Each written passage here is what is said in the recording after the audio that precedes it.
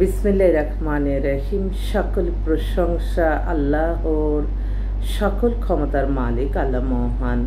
আসসালামু আলাইকুম আমার প্রাণ প্রিয় সকল আপনজন, কেমন আছেন? আমি আপনাদেরই কান্তা আপা আবারও চলে আসলাম। আমার ভিডিওটা যারা দেখবেন অবশ্যই শেয়ার করে দিবেন, সাবস্ক্রাইব করে নেবেন। এইটা হচ্ছে এমন একটা প্রতিষ্ঠান, এখান থেকে আমরা পাত্রপাত্রীর সন্ধান দিয়ে বিয়ের ব্যবস্থা করে থাকি। আপনাদের যাদের ঘরে বিবাহযোগ্য ছেলে মেয়ে আছে ইনশাল্লাহ চলে আসবেন। বিয়ে শাদী আল্লাহর হুকুম, আমরা ওসিলা মাত্র। আমাদের সাথে আপনারা সরাসরি যোগাযোগ করতে পারেন। আমাদের মোবাইল নাম্বারগুলি বলে দিচ্ছি: 01783544124।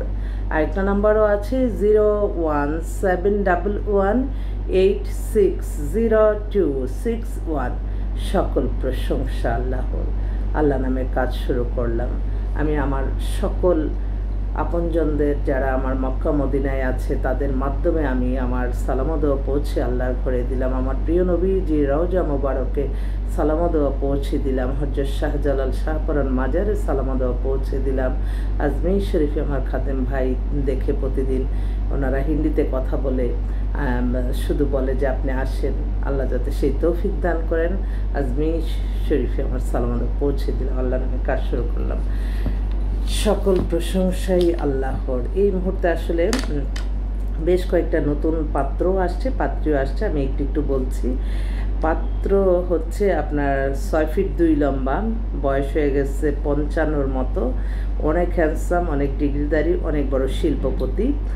তো ওনার ছেলে মেয়ে থাকে আমেরিকাতে। উনি ওনার রিকোয়ারমেন্টটা কালকে আসলো এবং খুব বললো যে এক নামেই সবাই চিনবে, এত পরিচয় দেওয়ার দরকার নাই, কিন্তু অনেক ফিট, অনেক হ্যান্ডসাম, এবং সে বলছে যে বাচ্চা হবে এরকম মেয়ে দিবেন, কারণ আমি আমার সন্তান চাই। সে ঠিক আছে ভাই, তাহলে আপনি কেমন চাচ্ছেন? তো বললো যে আমি 25 থেকে 30-এর মধ্যে, অনেক সুন্দরী মেয়ে আছে, ফ্যামিলি একটু হয়তো মধ্যবিত্ত, তার পরিবারের যদি দায়িত্ব নিতে হয় তাও নিব, অনেক হ্যান্ডসাম ভদ্রলোক। তো যদি এই বয়সের মধ্যে, অনেক মেয়েরাই আমার আছে এরকম, কিন্তু উনি বারবারই বলছে আমি সুন্দর ছাড়া করব না, সুন্দর স্মার্ট। তো ছেলেদের একটাই কথা থাকে, সুন্দরী সুন্দরী সুন্দরী। আপনারা কি জানেন, আমি আমার ভাইদের উদ্দেশ্যে আজকে একটু বলতে চাই, যত সুন্দরী মেয়ে আপনারা যতজন বিয়ে করছেন তারা কিন্তু ম্যাক্সিমামই দেখলাম যে সবাই না, ডিভোর্স হয়ে যায়। তো আপনি একটা সব কিছু মিলাই কিন্তু দেখতে হয়। সবচেয়ে বড় কথা হচ্ছে আপনি পরিবারটা দেখবেন নামাজি কিনা, এবং সেই পরিবার নামাজি হলে মেয়ে বা ছেলে একদিন না একদিন নামাজি হয়। তো সেই মানুষগুলি কিন্তু গুনার ভয় করবে, আপনাকে মায়া মমতা ভালোবাসা দিবে, এই ধরনের পরিবারই ভালো। সব ছেলেরা শুধু সুন্দরী মেয়ে। যাক, সুন্দরী বোনদেরকে যদি, আমার অনেক আছে আমাদের পাত্রী, তো এরকম শিল্পপতি যদি খুঁজেন আপনারা একটু যোগাযোগ করেন ইনশাল্লাহ। আরেকটা ভাই, উনিও বয়স ওনার 50-এর মতো। তো ওনার হচ্ছে ওয়াইফ মারা গেছে, উনি বিজনেসম্যান, ওনার ভালো প্রতিষ্ঠিত। তো 5 ফিট 11 লম্বা উনিও। তো ওনার জন্য একটা ভালো একটা মেয়ে চাচ্ছে, উনি চাচ্ছে একটু সাংসারিক ঘরোয়া মেয়ে। সালমান মোহাম্মদ। তো যদি এরকম আমার বোনরা থাকে তাহলে একটু যোগাযোগ করে। অনেক বায়োডাটা অনেক চলে আসছে। আরেকটা বোন ফোন করছে এইমাত্র, ওনারা চট্টগ্রামে বাসা, মেয়ের বাবা অনেক বড়, দুবাইয়ে অনেক বড় বিজনেসম্যান, মেয়ে ডাক্তার। 95-এ date of birth, height 5 feet 3, একদম ফর্সা সুন্দর। তো উনি চাচ্ছে, ওনারা আবার আমেরিকাতে ওনাদের বিজনেস আছে, ওনারা চাচ্ছে একটু আমেরিকা থাকা ছেলে, আমেরিকাতে বা দেশেরও যদি ডাক্তার হয় যেতে চায় তাহলেও হবে, কোনো অসুবিধা নাই। এই একটা। আরেকটা বোন, উনি হচ্ছে সচিব, ওনার মেয়ে হচ্ছে আপনার ইংলিশে পিএইচডি করতেছে, ডেট অফ বার্থ 95, হাইট হচ্ছে 5 ফিট 6, দেখতেও সুন্দর, আমি নিজেই দেখে আসছি। তো ওরা চাচ্ছিল একটা আমেরিকা থাকা ছেলে, বা বাংলাদেশ থেকে যদি কেউ যেতে চায় তাও হয়। আমেরিকান কিন্তু আমাদের কাছে আরও অনেক মেয়ে আসছে। আজকে আরেকটা মেয়ে আসছে, এত এক্সক্লুসিভ। ও আচ্ছা আচ্ছা, দেখেই বলি। মেয়ে হচ্ছে পিএইচডি করছে, ডাক্তার, পিএইচডি করছে, এখন বাংলাদেশে আসছে। তো ওর বয়সটাও হয়ে গেছে, ওরও date of birth 91, height 5 feet 3, ফর্সা সুন্দর, বাবা বিজনেসম্যান, ওর জন্য একটা ছেলে চাচ্ছে। তো আসলে আমি অসংখ্য পাত্রপাত্রীও আসতেছে, অনেক ভালো ভালো। আমার মনে হয় যে আমার বোনরা যারা আছে, ভাইরা যারা আছে, বিয়ে শাদী নিয়ে চিন্তা করতেছে, একটু অফিসে এসে আমাদের বায়োডাটার ছবি টবি দেখে আপনাদের যেগুলি পছন্দ হয় আপনারা দেখে পছন্দ করে আপনাদেরকে সরাসরি আমি করাই দিতে চাচ্ছি। কারণ কি, এই বিয়ে শাদীর ব্যাপারটা আসলে একটা পবিত্র একটা ব্যাপার। একটা ঘর সংসার গড়ে দিলে আল্লাহ অনেক খুশি হয়, এবং হাদিসে লেখা আছে একটা বিয়ে দিলে হজের সমান সওয়াব। তো আমি মনে করি যে সবাই কিন্তু আমরা বেশি দেখা যায় যে আমরা যা আছে তাতে সন্তুষ্ট না থেকে আমরা ভিন্ন পথ অবলম্বন করে অনেকে অনেক কিছু করতে চায়। তো সবসময় মনে রাখতে হবে আল্লাহ সব দেখতেছে, এবং সবসময় সত্যের পথে থেকে আপনি নামাজ, রোজা, ইবাদত, বন্দেগী, দান, সদকা, মানুষের কল্যাণ, হজ, উমরা পালন, ভালো কাজ করে যান। এভাবেই হয়তো আল্লাহ আপনাকে কোনো না কোনো ফেরেশতার মাধ্যমে ইনশাআল্লাহ ভালো রাখবে, এটা আমি সবসময় বলি। আর কখনো হ্যাঁ, আমার প্রয়োজন হয়তো আকাশ সমান, কিন্তু আমি আমার সততা দিয়ে যতটুকু আর্ন করব তাতে নিয়ে সন্তুষ্ট থাকতে হবে। মানুষের চাওয়া পাওয়ার কোনো সীমা নাই, কিন্তু আপনি সেই চাওয়া পাওয়াটা পূরণের জন্য আমার আল্লাহর কাছেই চাইতে হবে, সৎভাবে, কাউকে ক্ষতি করে না, কারোর প্রতি জুলুম করে না।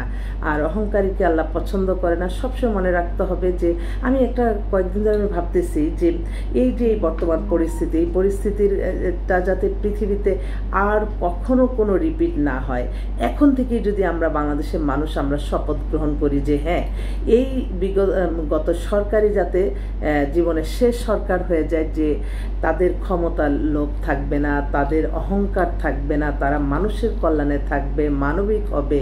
যতদিন জনগণ সঠিকভাবে ভোট দিয়ে যার পক্ষে বেশি যাবে সেই তো সরকার গঠন করবে, এই সততাটা যাতে থাকে। এবং এখন যারা আসবে তাদের প্রতি আমার একটাই অনুরোধ, তারা কখনো মানে ক্ষমতালোভী যাতে না হয়, এবং সৎভাবে আপনি দেশ পরিচালনা করবেন, আল্লাহর কাছে আপনি ভালো থাকবেন। এবং আল্লাহ যে সাথে সাথে মানুষকে বেঁচে থাকতে দেখাই দিচ্ছে, এগুলি কিন্তু আল্লাহ আমাদেরকে সতর্ক করছে যে তোমরা কখনো অন্যায় কখনো কিছু করবে না। অন্যায়কারীর ফল আজ না হয় কাল অবশ্যই আল্লাহ দান করে। সেজন্য এই গত সরকারই যাতে আমাদের জীবনে শেষ সরকার হয়, নতুন জীবন যাতে সবার যারা এই সরকার গঠন করবে তাদের মধ্যে থাকবে মায়া, মমতা, ভালোবাসা, সামঞ্জস্য। ধনীরাই শুধু ধনী হবে, গরিব আরও গরিব হবে, এরকম না।